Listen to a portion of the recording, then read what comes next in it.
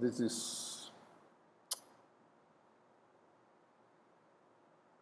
okay.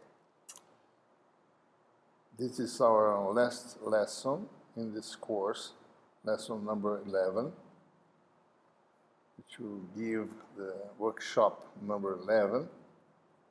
And in this last lesson, we are going to talk about methods usually employed in data analysis, which is called regression. And from which we have two different strategies. One of them is called linear regression, and the other is nonlinear regression.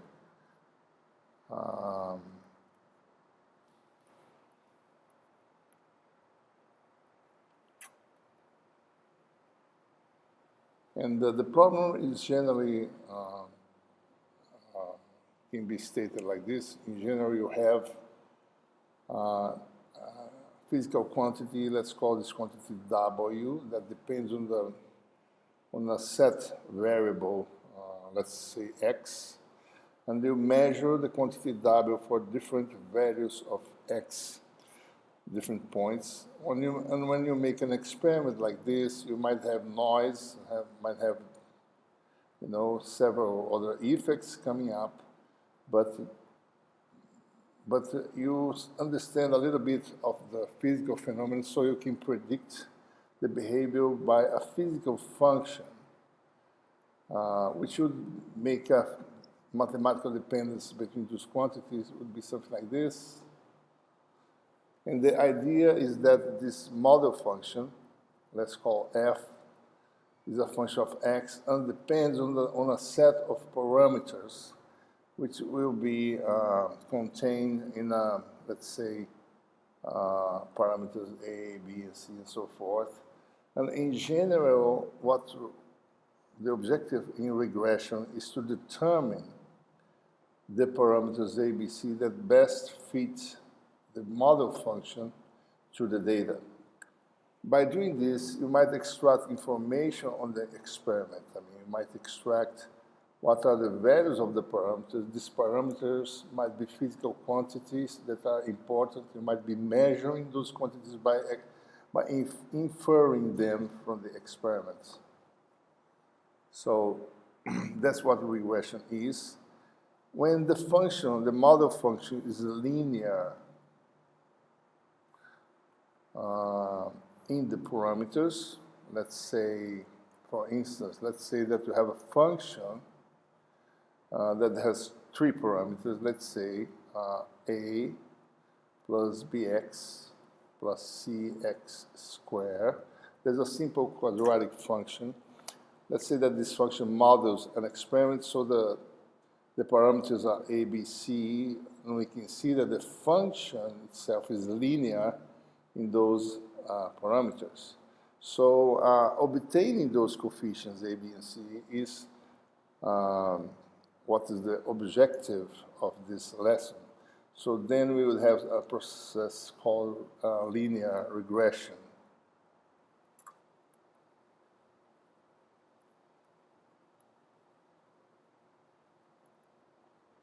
On the other hand, if the function depends non-linearly on the parameters, let's say a exponential of minus x minus b squared divided by c squared. Now we have a different function now. The function is linear only in A, but it's non-linear in B and C. So in this case, determining A, B, and C requires a procedure called nonlinear regression.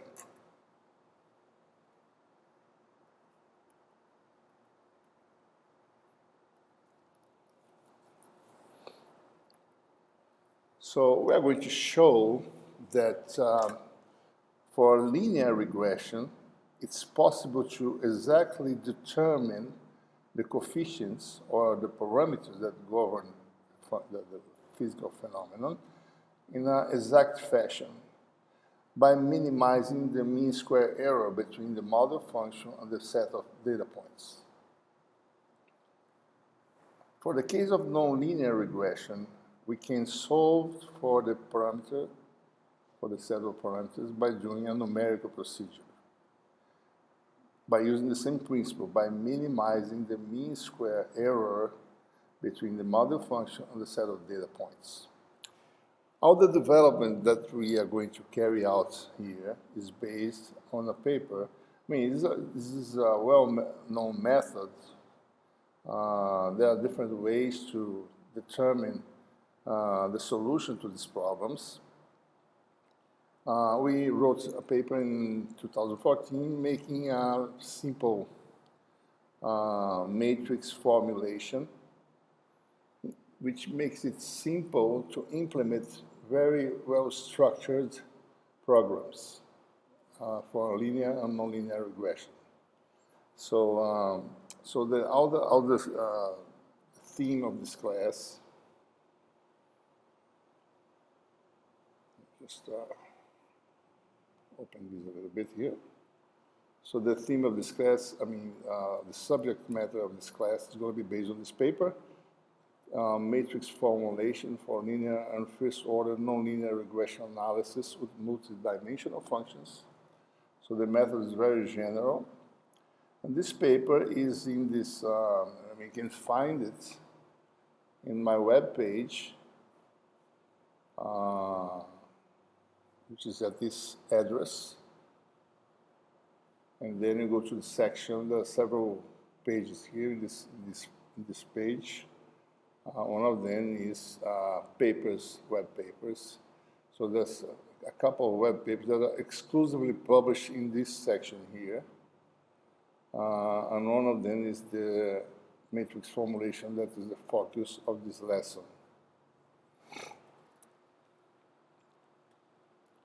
So what we're going to do is to use,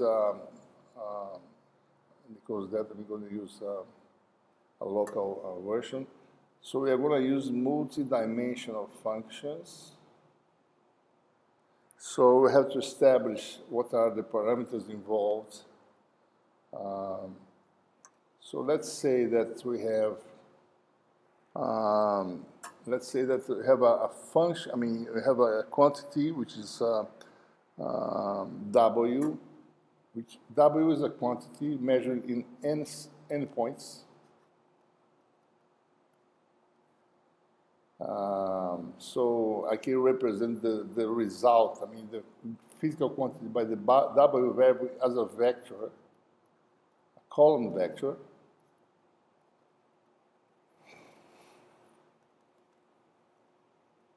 So, the quantity is measured in n different points. The independent variable is, in fact, each point is represented by a set of coordinates. To make it a very general procedure, the independent variable is a vector, the set of coordinates. In fact, these are the points where we measure, but the coordinates is a different index than that one. Something like this: x1, x2, etc., xm. A vector. So in fact, we can have x1 equals x, for instance, x2 equals y, x3 equals z, if we have the space, geometric space. And also we can have x4 equals time, if you have a time varying problem. So we can have a multidimensional function, we can have a single variable function. This is a very generic procedure, so that's how we're going to have. In this case, here we have 4 coordinates for each point. Okay. Also, the function that governs the problem. Let's say that we have a physical function that governs the dependence between w and x, and this is a function which is a function of the variable independent variable x. And is a function of the parameter vector A. So what we want to do is determine A. Okay, this is the model function. Let's call it.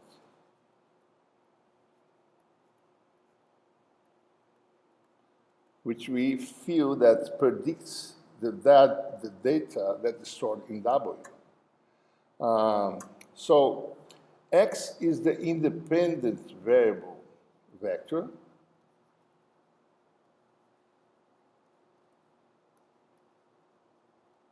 The vector. Okay. And A is going to be called the parameter vector.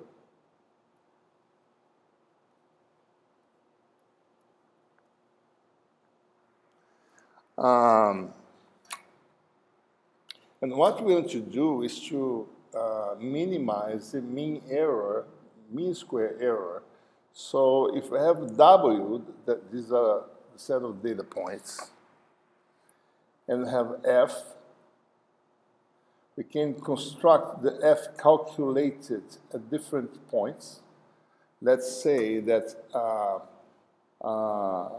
n equals 1, I have x equals to a value y of 1. So that is a notation in MathCAD, means a column of a more general matrix, which is a y matrix. So the first point, I'm going to call the first column of this matrix is going to be x equals to y1. N equals 2 is going to be the second point. It calls for x equals to y of 2. Sorry. And so forth, etc. N equals n, so we have n, capital N points. We have x equals to yn. So we're going to have different values for the model function, right? So we're going to have f1, which is equals to f of y1 a, and so forth, up to fn equals to f calculated at y in a. So we can build another vector which has components that go from f1 to fn.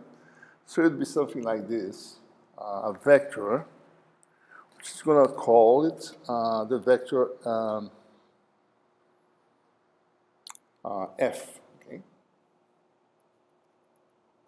F is a vector with components f1, f2, etc., fn transposed. Sorry. Transposed. So these are our column vectors. We have, for instance, we have W, which is the measured values of the critical quantity, column vector. The independent variable x. We have the set of data points. Because we have a multidimensional function, each coordinate point is a vector. So the y is a matrix, okay? So y is supposed to be a matrix in which the first element is y1, the vector, a column vector, y1, y2, to y. How many points you have? N points transposed. So this is a matrix which is the size of the vector is m, capital M, and the width of this matrix n. So this is m by n. So if we have multidimensional functions, we're going to have a set of coordinates. This is the coordinates matrix, right?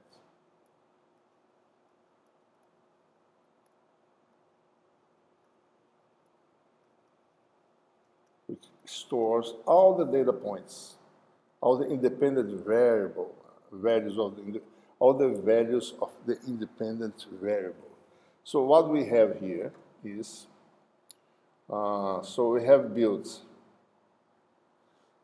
for a given model function, we have the vector f, which stores the value of the model function at different endpoints. And we have the measured quantity, which is w. And what we want to do is that those two things are very close. F and w are very close. In other words, we want to minimize the mean square error. So we can calculate the magnitude square, let's call it C.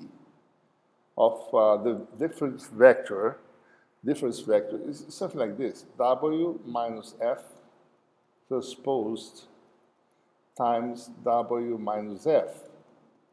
So this is, if I divide this by n number of points, this is the magnitude of the difference vector. W is the measured values, F is the model function calculated at the corresponding points. So this is the square of this difference vector. If I divide this by n, this would be the mean C divided by n would be the mean square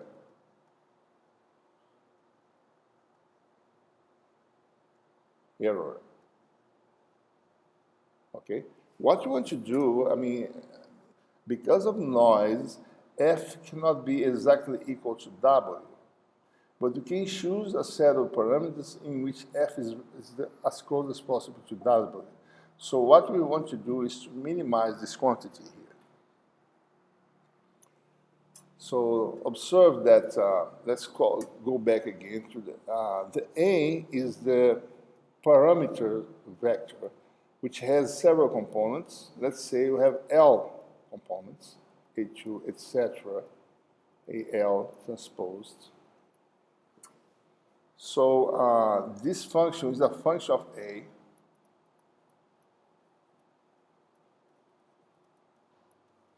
What we want to do is to minimize the function with respect to the components of A. So in other words, we want to make sure that the gradient of C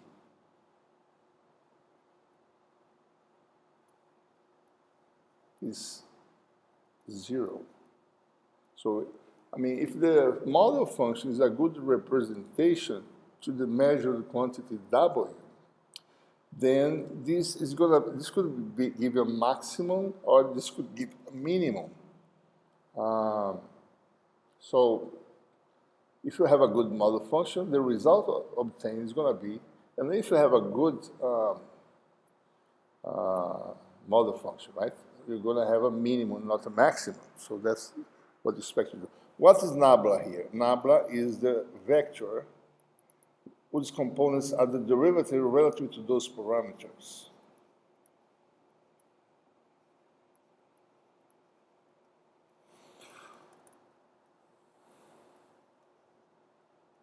Transposed, okay? So that's what we want to do. So that's the principle. We want to make, so observe that we have the zero element here is in fact a matrix, a column matrix, which has L elements as well. So 0, 0, etc., 0, transpose. So we have a set of L equations. It's from these equations that we can determine a solution to the L coefficients or the L elements of A. Okay? So let's split the analysis, first considering the case of linear regression.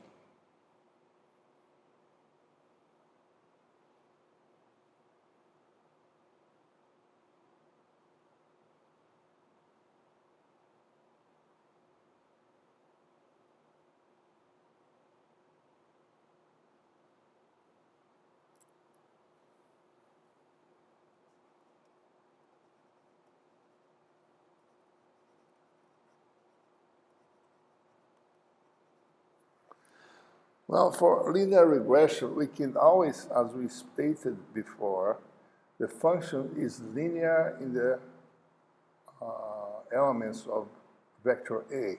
In other words, we can always write the function as a product. And here I'm going to make a little slightly different from the notes from the paper. I'm going to write this. I'm going to show you what the difference is. It's going to be a vector. That's the only case where I'm going to use a lowercase letter to represent a vector or matrix. I have been consistently using capital letters to represent matrices and lowercase letters to represent matrix elements. But in this case, I have to use this lowercase for the specific part here. So it's going to be a function g of x transposed times A. So every time I have a function that's linear in parameters, I can write as a product of something that depends only on functions and something that depends on parameters. What's the difference that we have relative to our paper here? Here, I use a different notation. I just want to make sure that everybody understands. So this is being replaced by g of x. So the same thing, transpose. What is g of x? Is a vector, column matrix, that each element of the matrix is a function of the independent variable, g1, etc. So we have L functions, gl of x. So it's a column vector, so that is the transpose of that.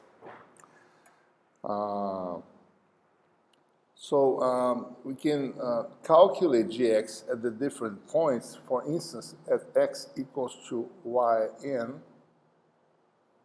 because we calculate, sorry about that, at x equals to a given point that comes from the data, yn. So we're going to have g, let's call it g of yn. Okay, so we're going to have n vectors g. And we can pile those vectors together into a single matrix. That's the same matrix that's found in the paper, J, which doesn't depend on x. I mean, because J is calculated at the different points, x, y1, y2, etc. So G can be written like this. G of y1, etc., g2, y2, etc., until you have g of yn.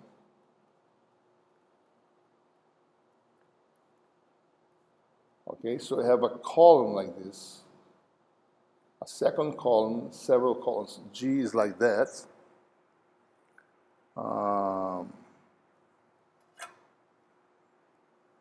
Okay. And you can see that the nth column of G, so this is notice this is a vertical vector. So this is a matrix that has L rows by n columns, G, the G matrix. So the nth column of G, which is the same notation as in the paper, is G, is the vector G calculated at the nth point. Okay? So, important to notice, the function that depends on x is G. The capital G matrix and all the vectors, all the elements don't depend on x, but they were already calculated at the given input points. Let's make some example of nonlinear, of building those matrices, okay? Let's say that we have a function as in the paper, f equals to a exponential of xy plus b cosine x plus y plus c sine xyz plus d. So we have a perfect example of a linear function that is linear on the parameters of the vector. So we build the parameter vector as having 4 elements, A, B, C, D. Okay? So there's our parameter vector. Our function f, not f, I'm sorry, the vector g is equals to these four functions as elements, which is EXY, cosine x plus y, sine XYZ, and 1, okay, 1 times d, it's going to be 1. So that's the vector transposed. So let's say that we have n points. So then we build the vector y, the matrix in fact, matrix y. So each point has 3 coordinates, x, y, and z. So in fact, before doing y, let's do x, because we didn't do it. X is this vector transposed. Now we build the vector y. What is y? It's going to be a 3 by n matrix, something like this. X at first point, y at first point, z at first point, etc. xn, yn, zn, etc. Last point xn, yn, and zn. So that would be our vector, and this is the nth column of the vector of the matrix y. And then we have our G function, our G matrix, which is going to be those things here calculated at each point. So it would be something like this. The 3 by n is going to be, it's going to be a 4 by n because G, lowercase g, has 4 elements, which is EXY at the first point, x1, y1, cosine x1 plus y1,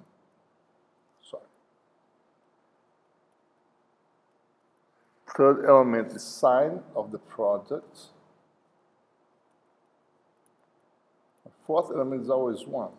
So I have n times this in here until the last element, which is exn yn cosine xn plus yn, etc. Sine, right? X n yn zn and 1. So that's G matrix. The column n of this matrix, which is the same as G calculated at yn, is equals to, I'm going to put it in the horizontal configuration, let's say, like this, xn yn cosine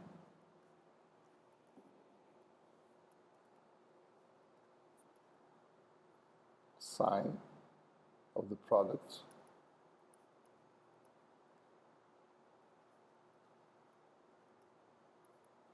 and 1 transposed. So these are all the matrix that we will define. Okay, that's how you would do it. Then we could calculate f as the function, the model function at each point. Okay, so just to give you an idea how to build those matrices. Very well.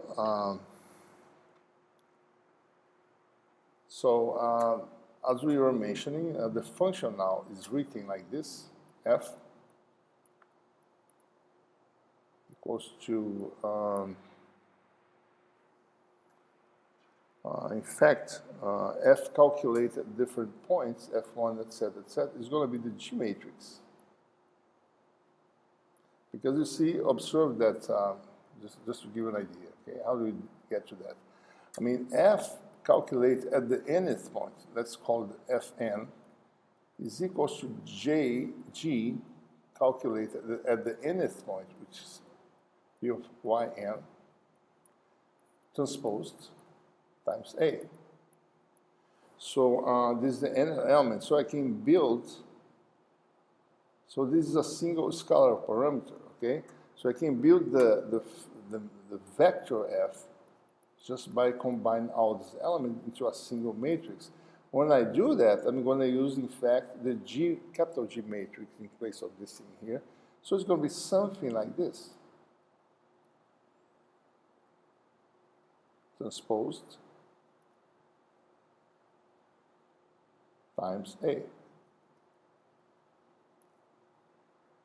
Same thing, I mean, G transpose, lowercase g transpose yields capital G transposed.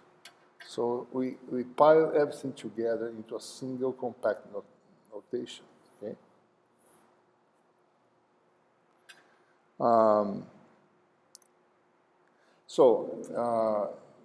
This is a linear model. What we're going to do is to make the gradient of F equals to 0. Okay, so if we, gradient of C equals to 0. But C equals to, recall, is W minus F transpose matrix product with W minus F. So notice that this is a scalar parameter, okay?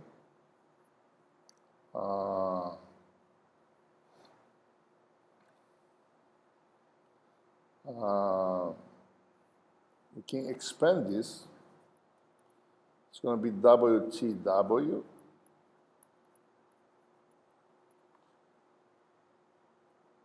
minus FW, FTW in fact, minus WF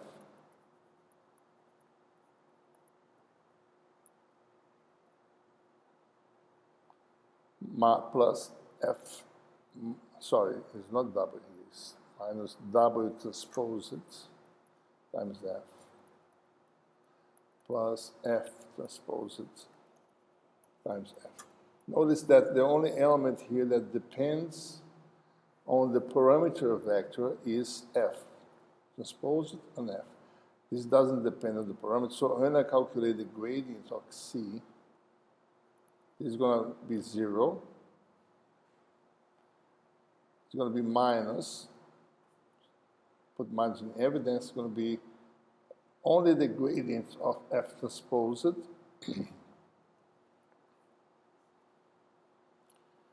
times W.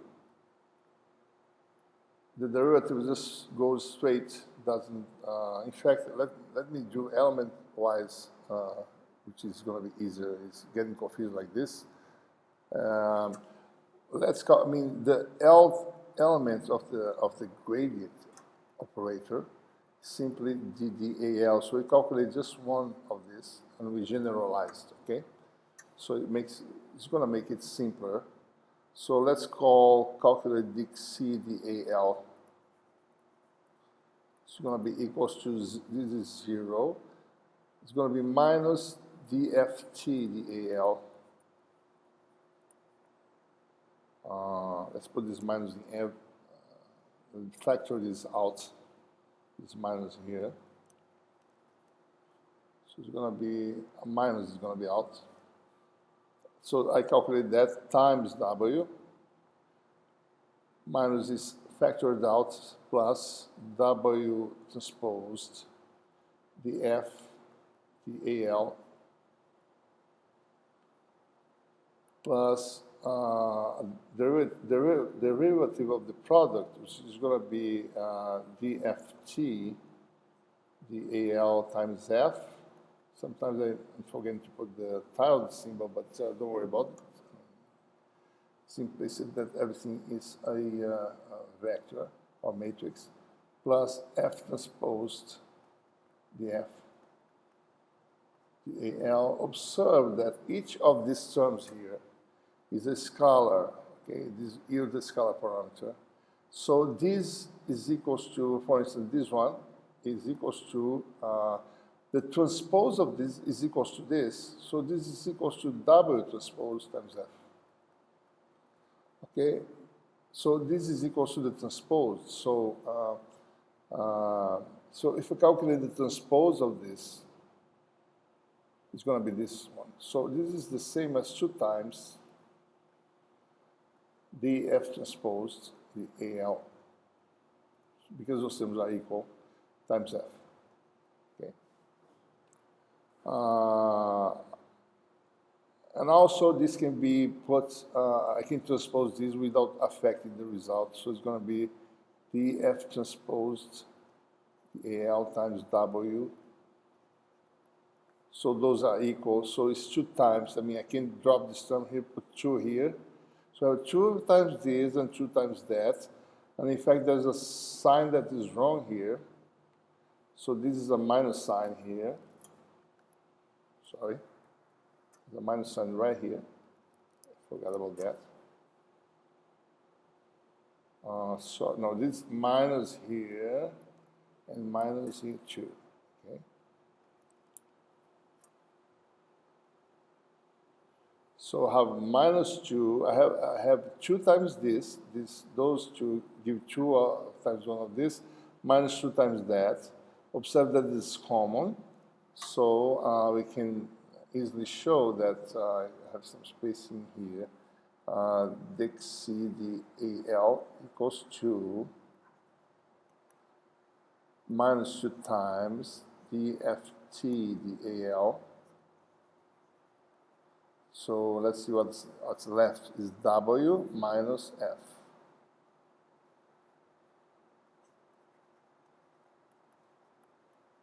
Okay, so that's what we have. And it's not difficult to show that this can be generalized to a very simple expression, okay? So let's save this in here. In fact, I'm going to copy this and put, let me copy that. Copy it.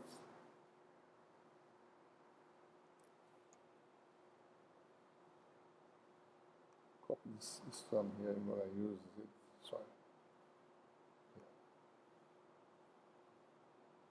Let me copy it. Let's go back there.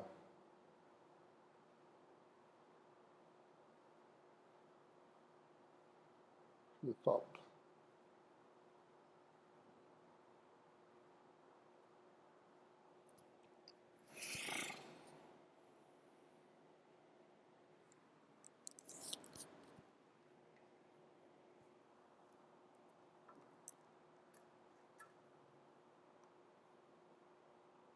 So that's what we get.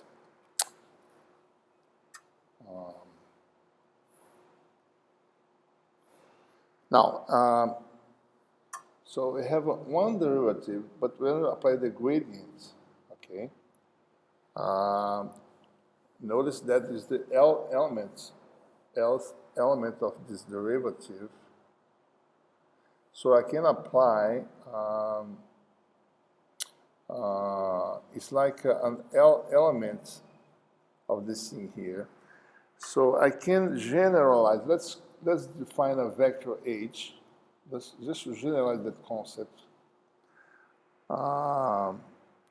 which is H1, H2. Let's say H has k elements to make different from all the other indices, stuff like that. I will define the derivative of H as being constructed like this.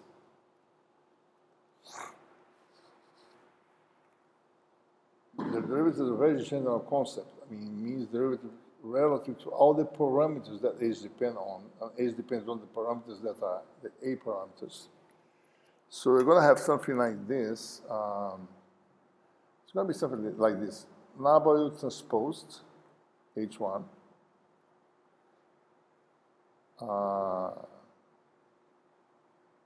Or else, let's make like this. W H1. So I'm going to put it like this. W nabla H2, etc. Nabla apply to HK. So when I transpose this, okay, so there's a definition. So that would be H prime. So what is H prime? In fact, if you transpose that, this is going to be something like this. nabla transposed, which is a vertical vector that is transposed. It becomes horizontal, applied to H1. Transposed nabla applies to H2, and so forth. Transposed nabla applies to HK. So that's what H prime would be. So H is a vertical vector. Let's put it in vertical form so you can see it better. H1, etc., HK. So the derivative, the generalized derivative of H is defined, okay, by this vector here. So we apply nabla horizontally to each component. So we have this generalized derivative vector. So this is all to say that we can write this thing here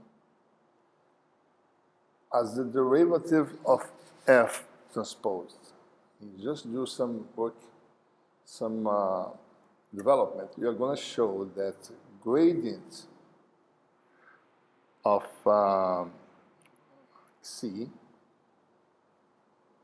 from this relationship, we go to that one, okay, which is a L element vector, is equals to, observe that this thing here has k rows by, this is an L dimensional vector by L column. So this is going to be, observe that this has, this term here has n by one column, n rows. So I'm going to obtain an L length vector. So this has to be L by n vector. What is L by n? Is the transpose of, if k equals to n, it's going to be the transpose of this thing here. So it's going to be H prime transpose. In other words, this is going to be minus 2 F prime transposed W minus F. That's what the gradient is, okay? So that's, I mean, if you combine all the elements of this, we can calculate the general expression for the gradients, and then we have the final equation that we're looking for, which is this equals to 0. So we have this matrix equation now. So given F, I calculate F prime according to this prescription here, right? Calculate transpose and make a product with this. So observe, F prime has dimensions n, is, doing the same reasoning here, by L. F prime transposed has dimension L by n. So we have a vector, a matrix, which is L by n here, times a vector which is n by 1. So we have a set of L element vector, which means L equations to L unknowns because it has L length. So that's the equation you get. The question is, what is F prime transposed? Okay. Let's see. F prime equals to the derivative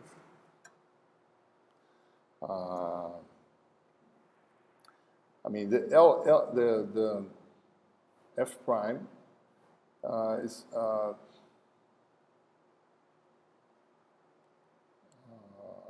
F prime transposed.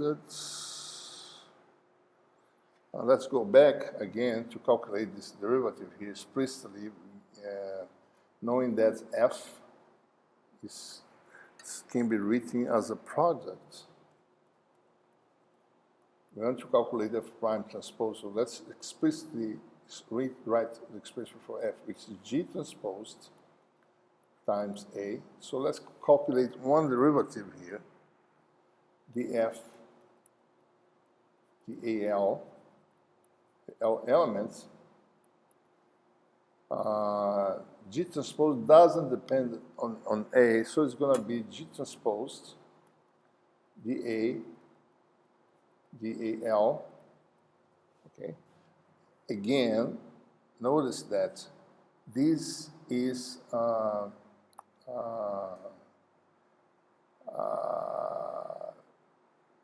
this can be calculated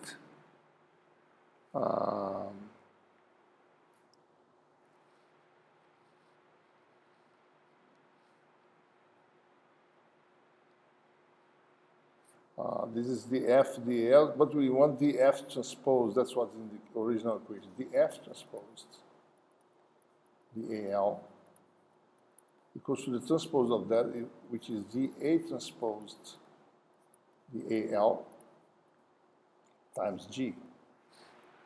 Okay? And I can generalize this again by saying that F prime transposed,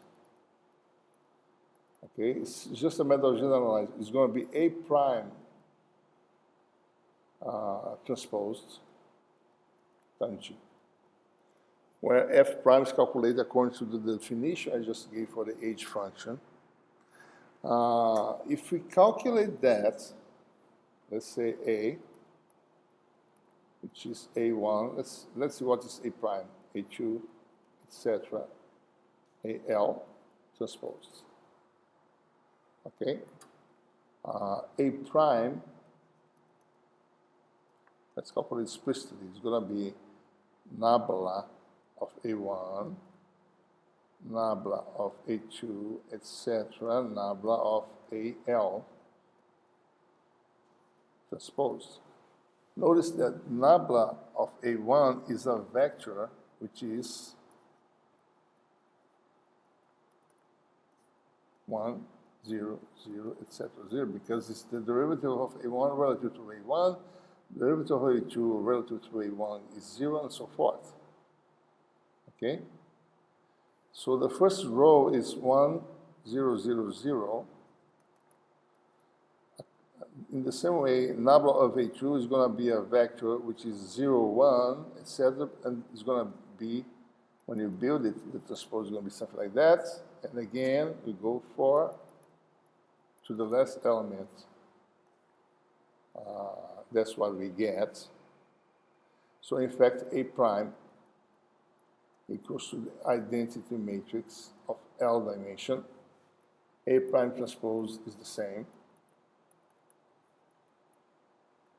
And we get a very simple relationship. Okay?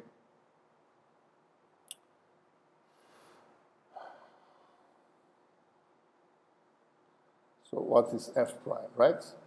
F prime transpose is nothing more than G itself. F prime transpose is G. Okay?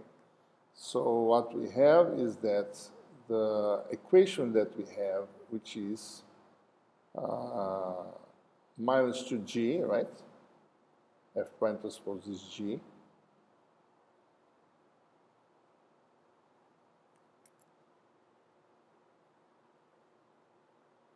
So what we have here, just forget about that because it's 0 there. So it's going to be G, correct? F prime transposed equals to G. So the equation we get is this. G times W minus F equals to 0.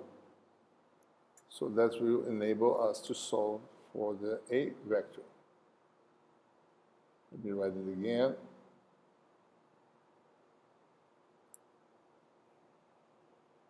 So we're going to have G times.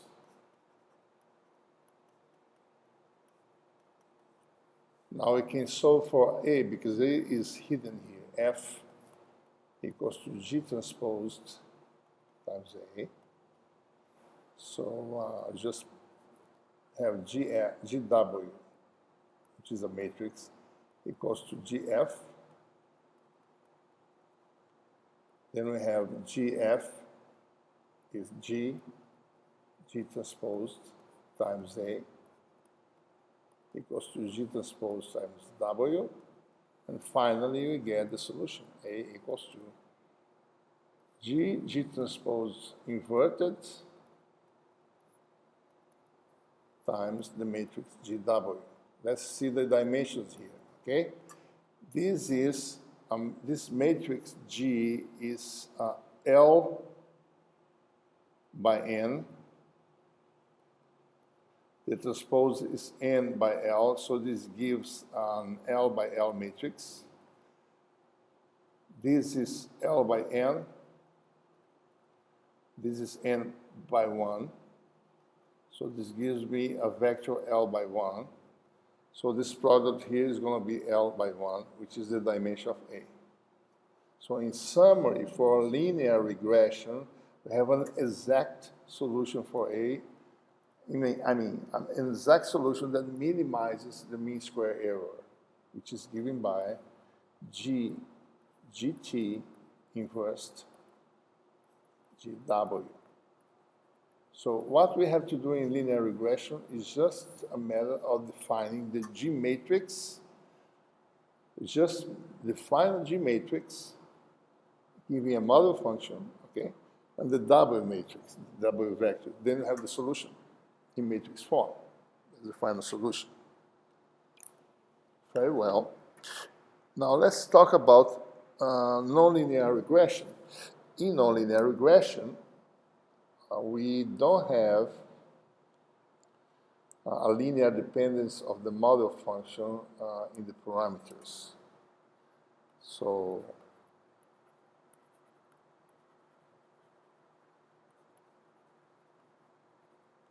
what we do is we start with a given initial guess. We're going to have initial guesses here. We have to have a physical intuition, or we have to have a theoretical formulation to calculate this initial guess. Different problems have different conditions from which we can determine this initial guess. Let's say that we define an iteration variable k,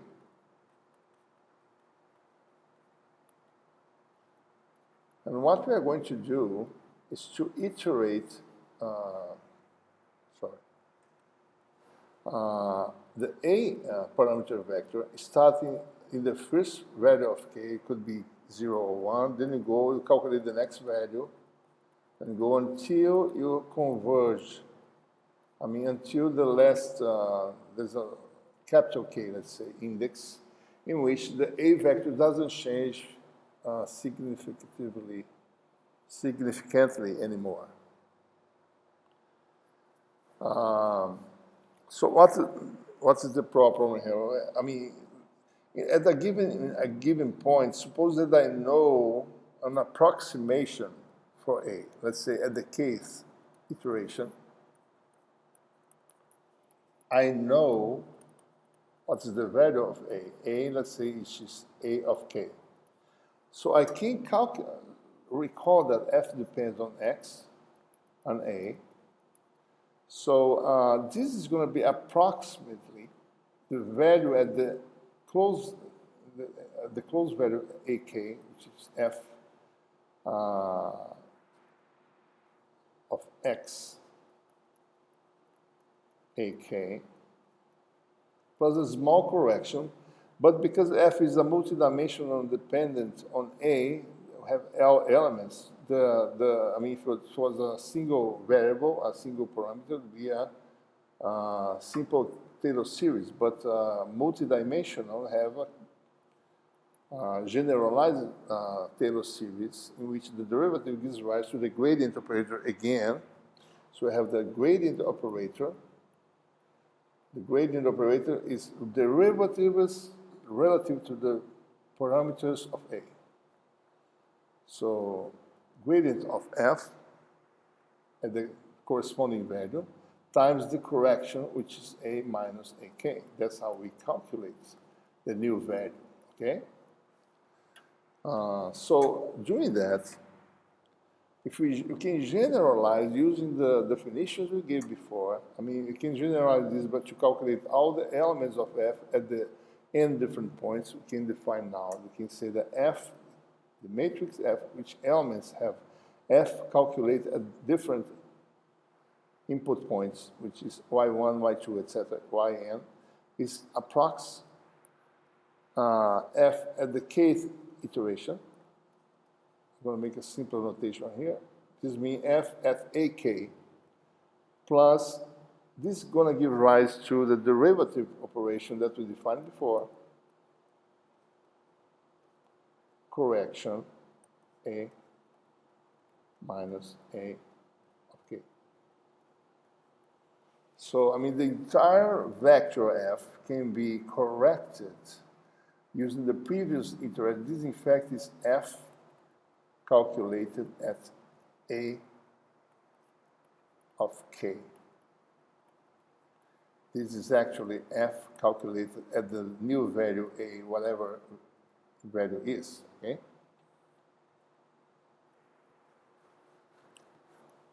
So what's F prime? Well, F prime we defined before. F prime, we have an expression. I'm going to write so to save space here. Let's not write, let's just put here expression.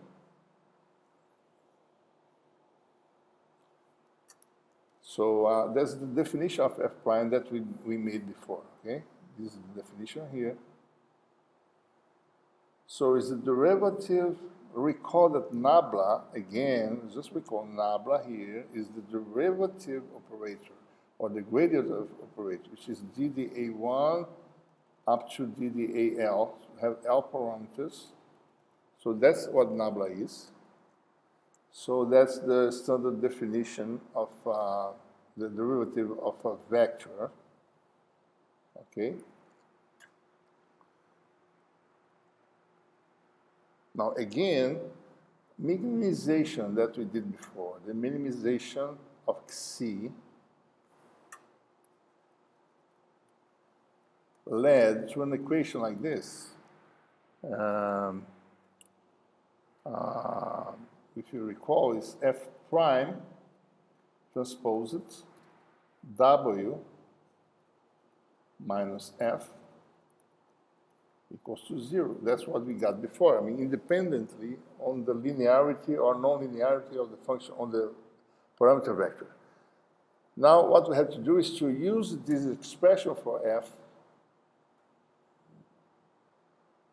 to obtain an equation.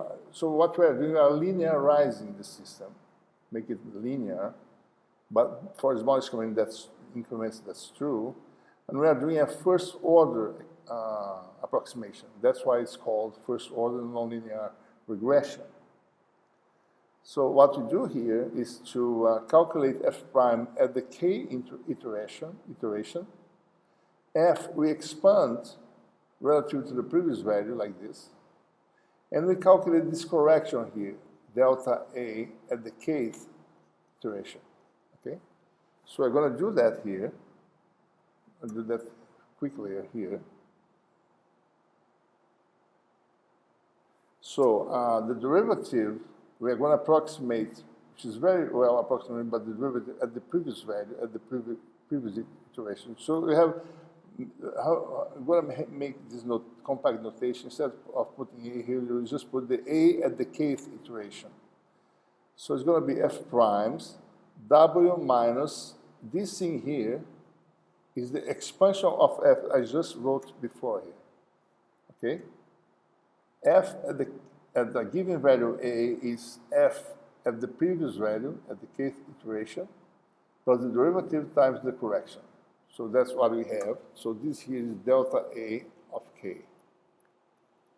It's the new values minus the old value, okay? So do some algebraic manipulation here. We have the correction that we have to apply to A.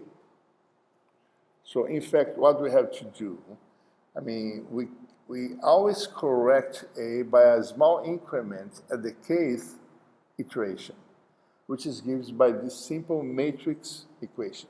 So F, we calculate the F matrix, we calculate the derivative, we calculate, this is measured, the vector measured, and we calculate all these matrices. You correct as a whole the whole A parameter vector like this. So what you do is to iterate. We start from A0, correct to the new value, A1 equals to A0 plus delta A0. We go to A2, apply the same procedure, the previous value plus delta A2, and so forth, until you get to a value in which the corrections become so small that you don't have to go further. So you go to the last iteration. So this is going to be very close to the solution. This is, sorry about that, this is one.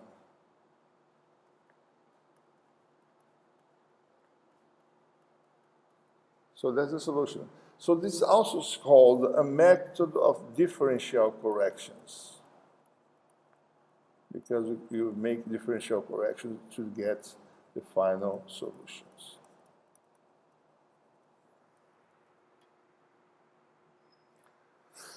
Okay, so I have some examples here.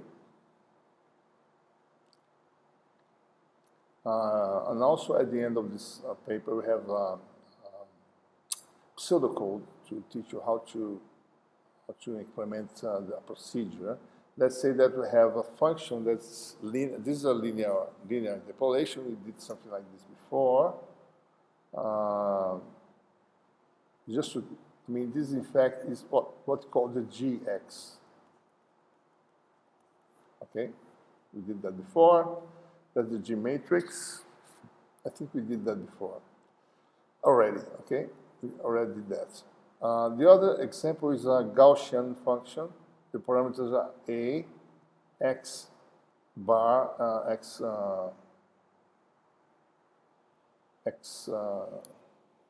bar, and W. What are these?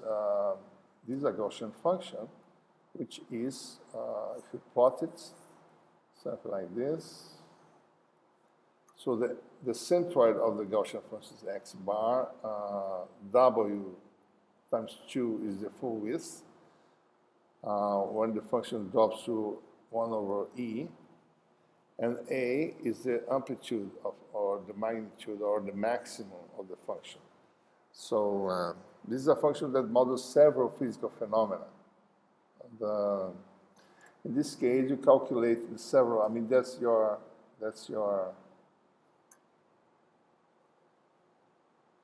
This is your parameter vector. A1, A2, and A3, AX average and W. That's A at the kth iteration. That's Fk. Fk is a vector, right? Fk calculate this is a single variable function, right? So at the first point, second point, and this point, so have n rows. Okay. Then what else we have to calculate? The derivative of this. Derivative relative to the first parameter, which is A, so it's 1 times.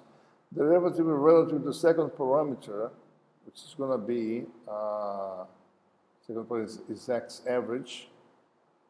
And this derivative relative to the third parameter. So work that out, you can work it out and see what happens. Okay? So that's how you build all the matrices, and by using the prescription I gave you before. You just calculate the corrections. And what you have to do is to implement an algorithm to stop it when the vector is not larger than a certain error. What do you do here? Conceptually, it's a very simple and structured program. You define all your matrices. S and V are the matrices that allow you to calculate the correction. And you define an error parameter here. You store the actual value A in an old variable A old and correct according to the rule. New value equals to old value plus that expression that we have in the formula. So we calculate the difference between the new vector and the old one this is a vectorized operator that we have in MathCAD, so we subtract each element-wise, we subtract element-wise the two vectors and calculate modulus element-wise and see what's the largest difference. And we impose that largest difference is not larger than an error parameter that you define. So after some time, you have a convergence to the final solution. Important thing here is we have to initiate the process with a good initial value.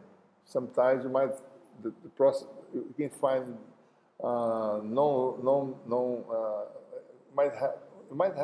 you might find local minima or maxima that are not related to the problem. So you have to be careful in choosing the initial guess.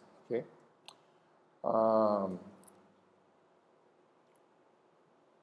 So that's what we have to say for the class. Now let me show you the assignments that we have. So we have here, what is this? I'm trying to find it. The assignment is here. Look at that. So what I want you to do in this assignment, this workshop, let me see if I find it here.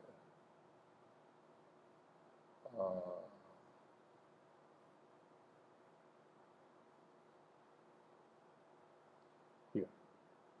Workshop number 20.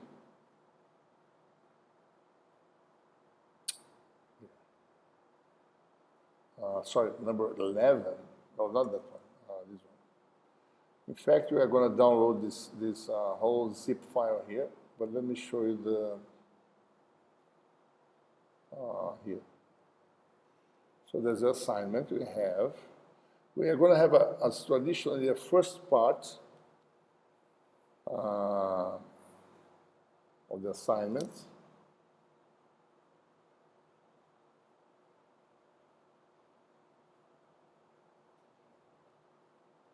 So I have a first part here. So show all the steps that lead you to the equation 28 and show all the steps that lead to the equation 34. This is linear regression. This is nonlinear regression. Also, there's another question here to solve exactly linear regression for the case of simple model function governed by a plus bx. So you can find the a and b parameters by hand. Okay, and it's going to be written in terms of those parameters that are defined below.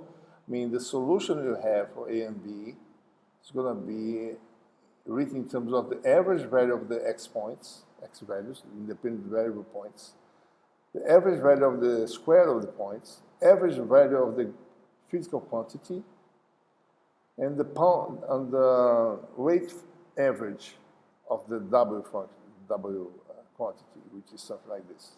Okay. So that's not difficult to do it. Okay. Have some work there. Now here we're going to have a file that has like a measurement without noise. Then we're going to do a spline approximation for that and compare to the result obtained by linear regression using a cubic function, a single cubic function. We call that spline. Between points you have cubic polynomials, several cubic polynomials. We want to try to represent by a single polynomial with order 3 and see how those results compare. Now we go to the other one, have a file simulated as a data file with noise, has some noise in the curve. We want to model that function. It looks like a Gaussian or a Lorentzian function. So we're going to use two different functions to try to obtain the parameters. And we have to find ways to give the initial guesses. Okay? So we do the initial guesses and calculate the parameters using the principle I just outlined to you in the lesson. And finally, in questions 6 and 7, we are going to use built-in functions in MathCAD. MathCAD has the linear fit function, which is linear regression function, and nonlinear regression is the general fit function. So we're going to use we're going to do the same procedure using those two functions and compare the time, execution time in each case, relative to your algorithm. You can measure times by doing this time of x built-in function matcat. Okay, just go to the help and you find the the syntax of the function, how to use it. Okay, so that's what we have for this last lesson. I hope you enjoy it, and I will be available for questions during the 2 upcoming weeks. Until then, bye-bye.